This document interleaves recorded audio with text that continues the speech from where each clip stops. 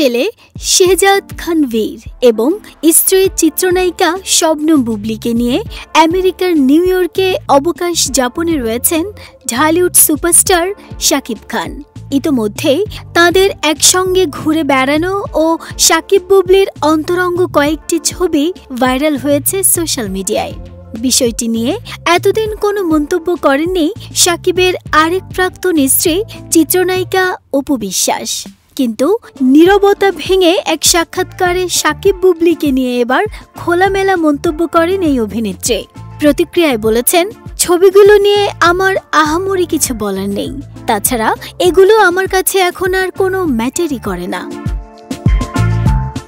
অপু বিশ্বাস বলেন, আমি আসলে কখনোই শাকিব খানকে ছোট করতে চাইনি, তা সে যাই করুক।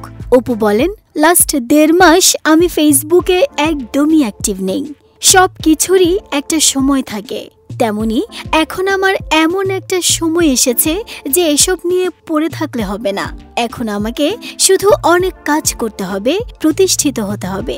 এখন মনে হয় যে ফেসবুকটা আসলে এসএসসি পরীক্ষার মতোই, বান্ধবীদের কাতারে পড়ে। সুতরাং ফেসবুকে ঠিক কি হয়েছিল ওই সময়, ওইটা আমি দেখার সময় পাইনি। এই অভিনেত্রী আরও বলেন, এটা ঠিক যে আমার অ্যাডমিনরা শাকিব বুবলীর কিছু ছবি আমাকে পাঠিয়েছিল, কিন্তু আমার কাছে এইগুলো আসলে ওই রকম আহামরি কিছু লাগেনি।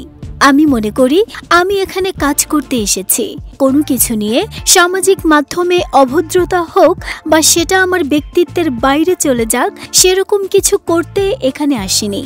কিছুটা সময় করে ফেলেছিলাম, কিন্তু আসলে শাকিব বুবলীর ওই দিনের ছবি দেখার পর এই সব কিছু এখন আমি আমার লাইফ থেকে দি এন্ড করে দিয়েছি। নাহিদা স্মৃতি, দেশ রূপান্তর।